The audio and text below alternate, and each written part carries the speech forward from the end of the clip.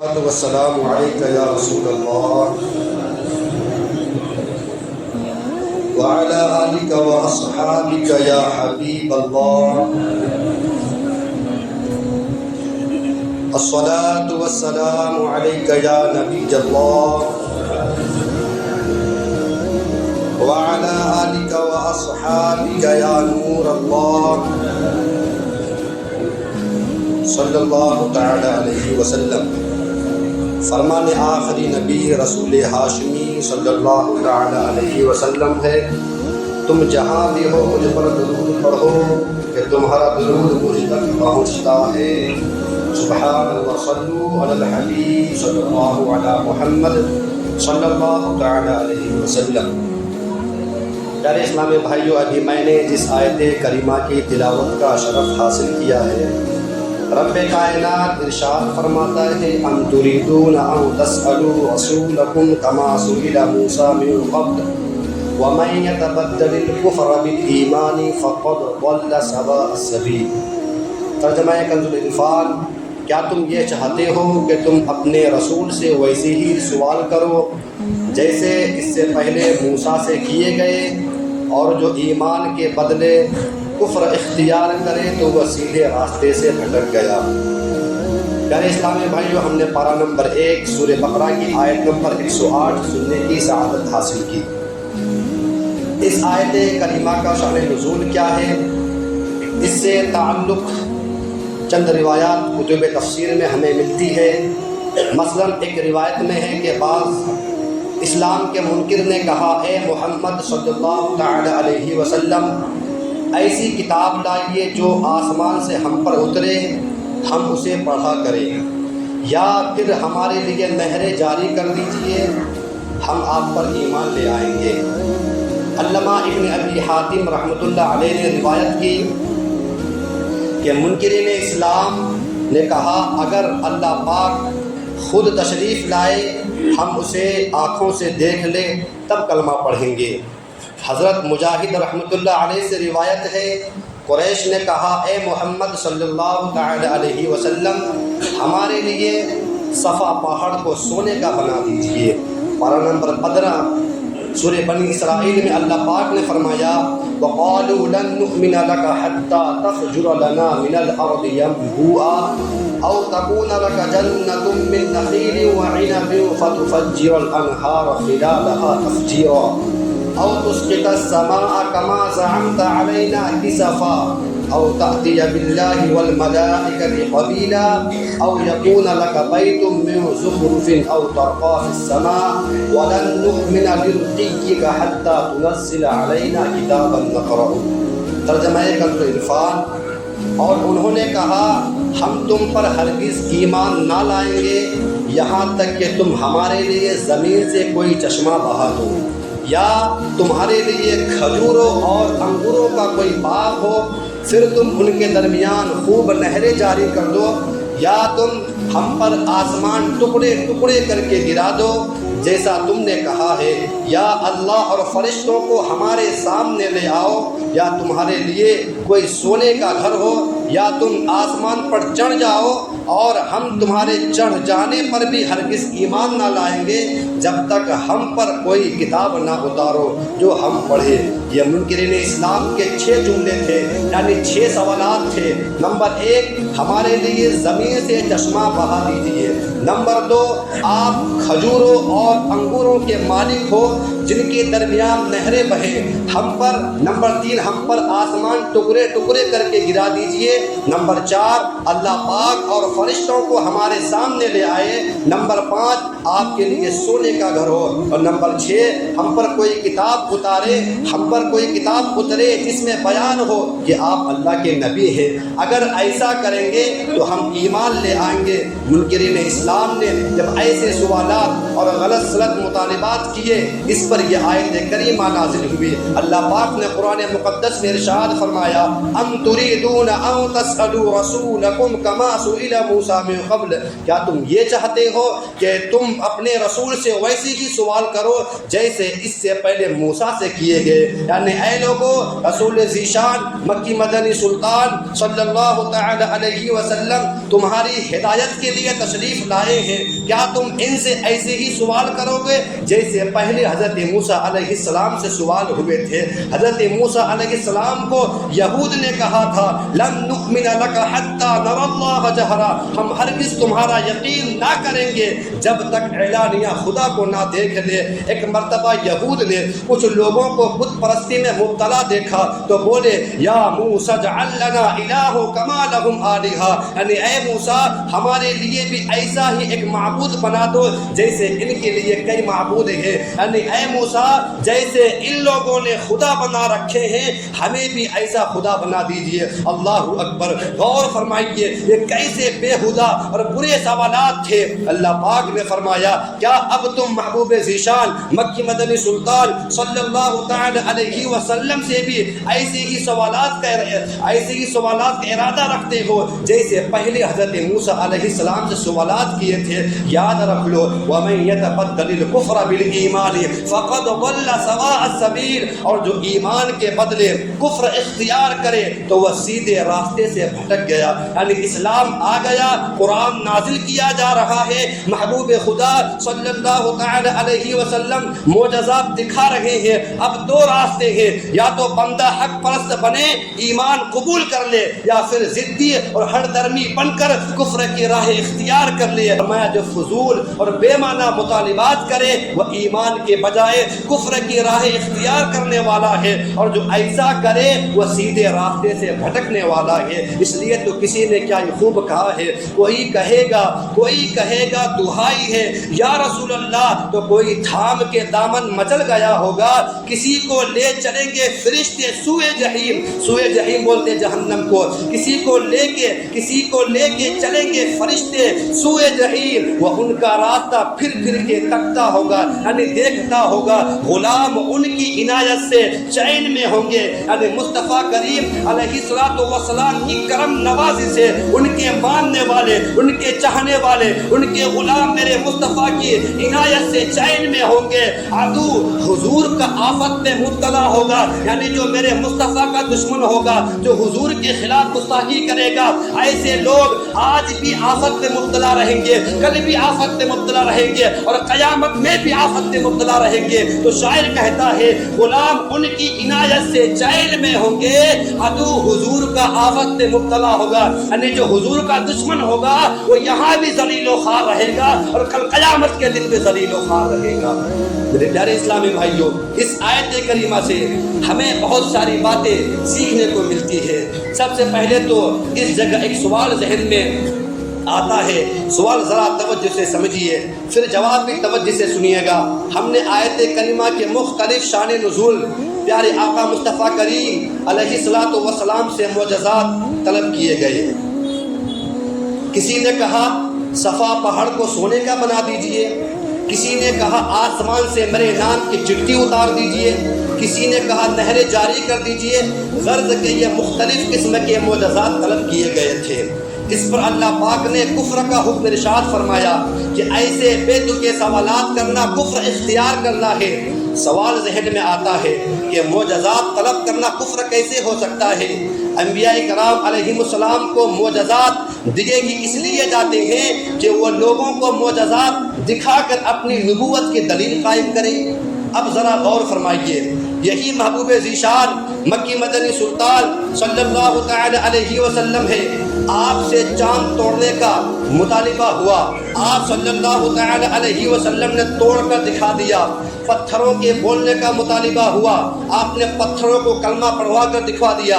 غیب کی خبریں پوچھی گئی، آپ علیہ السلام نے غیب کی خبریں سنا دی۔ ایک روایت میں ہے حضرت صدیق اکبر نے بھی معجزہ طلب کیا تھا، آپ علیہ السلام نے غیب کی خبر ارشاد فرمائی تو فوراً کلمہ پڑھ کر مسلمان ہو گئے۔ صحابی رسول حضرت عبداللہ ابن عباس فرماتے ہیں ایک مرتبہ ایک اعرابی بارگاہ رسالت میں حاضر ہوا، اس نے آپ سے معجزہ طلب کیا۔ محبوب ذیشان مکی مدنی سلطان صلی اللہ تعالی علیہ وسلم نے فرمایا اگر میں سامنے موجود درخت کی ٹہنی کو بلاؤں تو مجھے نبی مان لو گے؟ وہ بولا جی میں بالکل مان لوں گا۔ محبوب خدا علیہ الصلوۃ والسلام نے کھجور کی ایک ٹہنی کو بلایا، وہ ٹہنی اپنی جگہ سے خود ہی کٹی اور اچھلتی ہوئی جھومتی ہوئی بارگاہ رسالت میں حاضر ہو گئی۔ پھر فرمایا واپس اپنی جگہ چلی جا۔ حکم پاتے ہی ٹہنی واپس گئی اور اپنی جگہ جا کر پھر دوبارہ پہلے کی طرح جڑ گئی۔ یہ معجزہ دیکھا تو وہ اعرابی کلمہ پڑھ کر مسلمان ہو گیا۔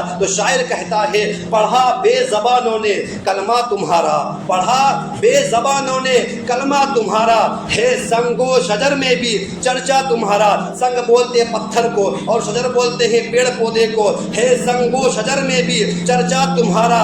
بنایا تمہیں حق نے مختار و حاکم، بنایا تمہیں حق نے مختار و حاکم، وہ کیا ہے نہیں اس میں قبضہ تمہارا، وہ کیا ہے نہیں اس میں قبضہ تمہارا۔ اور بریلی کے امام کہتے ہیں زمین و زما تمہارے لیے، مکین و مکا تمہارے لیے، چنین و چنا تمہارے لیے، دہن میں زبا تمہارے لیے، بدن میں گھیجا تمہارے لیے، ہم آئے یہاں تمہارے لیے، اٹھے بھی وہاں تمہارے لیے۔ اور ایک جگہ یوں کہتے ہیں وہ جو نہ تھے تو کچھ نہ تھا، وہ جو نہ ہو تو کچھ نہ ہو، جان ہے وہ جہان کی، جان ہے تو جہان ہے، جان ہے وہ جہان کی، جان ہے تو جہان ہے۔ میرے پیارے اسلامی بھائیوں دیکھیے یہ محبوب ذیشان مکی مدنی سلطان صلی اللہ تعالی علیہ وسلم ہے، آپ سے جس قسم کے معجزہ طلب ہوا آپ نے دکھا دیا۔ سوال ہے معجزہ طلب کرنا تو کفر نہیں ہوتا؟ جب آپ صلی اللہ تعالی علیہ وسلم چاند توڑ کر دکھا سکتے ہیں تو منکرین اسلام نے جب صفا پہاڑ کو سونے کا بنانے کا مطالبہ کیا تو اب ان پر کفر کا حکم کیوں لگا دیا گیا؟ امام فخر الدین رازی رحمۃ اللہ علیہ یہاں پر اس سوال کا جواب دیا ہے، بہت سیکھنے کی بات ہے۔ فرماتے ہیں یہ کفار جو معجزہ طلب کر رہے تھے بطور دلیل نہیں مانگ رہے تھے بلکہ ضد اور ہٹ دھرمی کے لیے معجزہ مانگ رہے تھے۔ بات جو کہہ رہے تھے وہ اگرچہ کفریہ نہیں تھی مگر ان کے لہجے گستاخانہ تھے، ان کے طریقے ہٹ دھرمی والے تھے۔ جو کفر کا حکم لگایا گیا اور وہ ان کے اسی گستاخانہ لہجوں پر لگایا گیا اور بتا دیا وَمَن يَتَبَدَّلِ الْكُفْرَ بِالْإِيمَانِ فَقَدْ ضَلَّ سَوَاءَ السَّبِيلِ، اور جو ایمان کے بدلے کفر اختیار کرے تو وہ سیدھے راستے سے بھٹک گیا۔ گویا فرمایا جا رہا ہے جو تم ماننے کی نیت سے آئے محبوب ذیشان علیہ الصلوۃ والسلام چاند پہ دو ٹکڑے کر کے دکھا دیں گے، اگر گستاخانہ لہجے اپناؤ گے تو محبوب ذیشان علیہ الصلوۃ والسلام کی حضور ضد اور ہٹ دھرمی کرو گے تو یہ لہجے ہرگز قبول نہ ہوں گے۔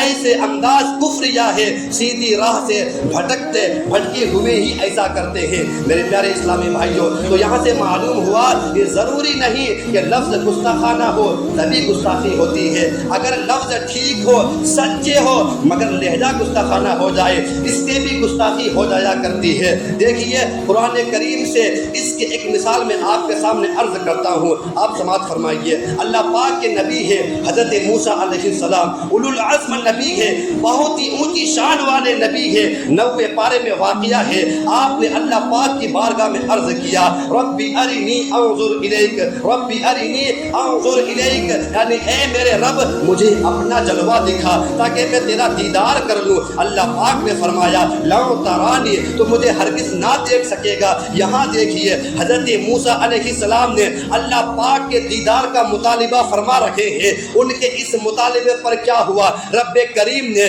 کوہ طور پر اپنی صفات کی ایک ذرا تجلی نازل فرما دی۔ اب یہی مطالبہ ایک مرتبہ بنی اسرائیل نے بھی کیا تھا، وہ کہنے لگا یا موسیٰ لن نؤمن لک حتی نری اللہ جہرا، یعنی اے موسیٰ ہم ہرگز تمہارا یقین نہ کریں گے جب تک اعلانیہ خدا کو نہ دیکھ لے۔ ان کے اس مطالبے کا نتیجہ کیا ہوا؟ اللہ پاک نے فرمایا فأخذتكم الصاعقة وأنتم تنظرون، تو دیکھیے تو تمہارے دیکھتے ہی دیکھتے تمہاری کڑک نے پکڑ لیا۔ اللہ اکبر، دیکھیے مطالبہ ایک ہی جیسا ہے۔ حضرت موسیٰ علیہ السلام بھی اللہ پاک کے دیدار دیدار کے طلبگار تھے، بنی اسرائیل بھی دیدار ہی کا مطالبہ کر رہے تھے، مگر فرق لہجوں کا تھا۔ حضرت موسیٰ علیہ السلام نے شوق دیدار الہی میں نہایت ادب کے ساتھ عرض کیا تھا، جبکہ بنی اسرائیل دھمکی والے لہجے میں بول رہے تھے کہ دکھاؤ تو مانیں گے ورنہ نہیں مانیں گے۔ یہ دھمکی والا جو لہجہ تھا یہ گستاخی بھرا لہجہ تھا، لہٰذا ان گستاخوں پر فوراً ہی عذاب اتر گیا۔ پتہ چلا کہ اللہ پاک کی شان ہو، محبوب ذیشان مکی مدنی سلطان صلی اللہ تعالی علیہ وسلم کی بات ہو، انبیاء اکرام علیہ السلام کے ذکر خیر ہو، اس میں ہمیں الفاظ تو نہایت ادب والے استعمال کرنے ہیں، ساتھ ہی ساتھ لہجے بھی ادب والے رکھنے ہیں، کیونکہ بات سچی بھی ہو اگر لہجہ گستاخانہ ہو جائے تب بھی گستاخی ہو جایا کرتی ہے۔ اللہ پاک ہمیں انبیاء اکرام، صحابہ اکرام اور اولیاء اکرام تمام تر مقدسات دینیہ کا ادب و احترام کرنے کی توفیق نصیب فرمائے، آمین بجاہ خاتم النبیین صلی اللہ تعالی علیہ وسلم۔ میرے پیارے اسلامی بھائیوں، سورہ بقرہ کی آیت نمبر 108 سے دوسرا سبق جو ہمیں سیکھنے کو ملا وہ یہ ہے عمل کا جذبہ۔ علم نفسیات میں ایک اصطلاح بولی جاتی ہے آرگومنٹیٹیو پرسنالٹی، اس کا معنی ہوتا ہے جھگڑالو مزاج بندہ، یعنی ہر دھرمی والا ضدی۔ ایسے لوگ ہمارے یہاں بھی پائے جاتے ہیں۔ حق اور سچ بات پر چاہے جتنے ہی دلائل قائم کر لیے جائے، یہ بس کیڑے ہی نکالتے لگے رہتے ہیں، سچ بات ماننے کو کسی صورت تیار ہی نہیں ہوتے، بس شرطیں ہی لگاتے رہتے ہیں۔ بات تو ٹھیک کہتے ہو، یوں کرو تو مان لوں گا، یوں کرو تو مان لوں گا، وہ کرو تو مان لوں گا۔ ایسے لوگوں کو کہتے ہیں آرگومنٹیٹیو پرسنالٹی، یعنی جھگڑالو مزاج بندہ۔ منکرین اسلام کی بھی یہی طبیعت تھی، یہ حق بات کو ماننے کے لیے خامخواہ کی شرطیں لگاتے رہتے تھے۔ ایک مرتبہ یہ بدبخت کہنے لگا ائتی بقرآن غیر ھذا، اس کے علاوہ کوئی اور قرآن لے کر آؤ، یعنی چلو بات تو ٹھیک ہے، ہم مان لیتے ہیں کہ آپ اللہ پاک کے نبی ہیں۔ دیکھیے کیسے بولنا، ہم مان لیتے ہیں کہ آپ اللہ پاک کے نبی ہیں، مگر اس قرآن پر ہم ایمان نہیں لا سکتے۔ نبی مان رہے پر قرآن کو نہیں مان رہے، تو بول رہے ہم تو آپ کو مانتے اللہ پاک کے نبی ہیں، مگر اس قرآن پر ہم ایمان نہیں لا سکتے، اس کی جگہ کوئی اور قرآن لے آئیے تب ہم مان لیں گے۔ او بدلہ، یعنی یا اسے بدل کر دو، تبدیل کر دو، یعنی یہ صرف کیوں کیجئے، اس کو اسی قرآن میں کچھ تبدیلیاں کر دیجئے تب ہم کلمہ پڑھ لیں گے۔ لا حول ولا قوت الا باللہ۔ کیسی بدبختی کی بات ہے، قرآن سامنے آ چکا ہے، دلائل قائم کر دیے گئے، حق بالکل واضح ہو چکا ہے، اب مان لو۔ خامخواہ میں بس بہانے تلاش مت کیا کرو، کہاں کی عقل مندی ہے، جبکہ یہ حق ہے تو یہی قرآن کیوں نہیں مان لیتے؟ جب میرے مصطفیٰ کریم کو حق مانتے ہو، نبی مانتے ہو، تو اس قرآن کو کیوں نہیں مان لیتے؟ ان کی یہی طبیعت تھی، اسی طبیعت اور برے خصلت کی وجہ سے یہ لوگ مختلف قسم کے الٹے سیدھے مطالبات کیا کرتے تھے۔ اللہ پاک نے فرمایا قرآن مقدس میں ام تريدون ان تسألوا رسولكم كما سئل موسى من قبل، کیا تم یہی چاہتے ہو کہ تم اپنے رسول سے وہی سوال کرو جیسے پہلے موسیٰ سے کیے گئے تھے، جیسے پہلے موسیٰ سے کیے گئے۔ اس آیت میں مرکزی طور پر ہمیں یہی سمجھایا گیا کہ حق واضح ہو جائے تو اب عمل کرنے والے بنو۔ اللہ پاک نے جو آیات اتار دی ہے اب اس سے ہٹ کر مطالبہ نہ کرو، بلکہ چوں چرا بھی کیے بغیر ان پر عمل پیرا ہو جایا کرو۔ پیارے اسلامی بھائیوں، یہ سبق ہمیں سیکھنا ہے، جب بھی حکم دیا جائے اب اس میں شرطیں نہ لگائے، یوں ہوتا تو مان لیتا، وہ ہوتا تو مان لیتا، ایسا نہ کرے۔ جو حکم دیا گیا ہے بس اس پر عمل کرنا شروع کر دے۔ شیخ طریقت امیر اہل سنت دامت برکات العالیہ بڑی پیاری بات فرمایا کرتے ہیں کہ ہم سوچنے والے نہیں، ماننے والے نہیں، ہم سوچنے والے نہیں، ماننے والے ہیں، جو حکم ہوتا ہے بس مانتے ہیں، خامخواہ عقل کے گھوڑے دورانے میں نہیں پڑتے، بس اسی میں بھلائی ہے۔ یہی انداز ہمیں اپنانا چاہیے، اور امیر اہل سنت بارگاہ الہی میں دعا کرتے ہیں عمل کا ہو جذبہ عطا یا الہی، عمل کا ہو جذبہ عطا یا الہی، گناہوں سے مجھ کو بچا یا الہی، تو اخلاق اچھا تو کردار سدھرا، مجھے متقی تو بنا یا الہی، مجھے متقی تو بنا یا الہی۔ پیارے اسلامی بھائیوں،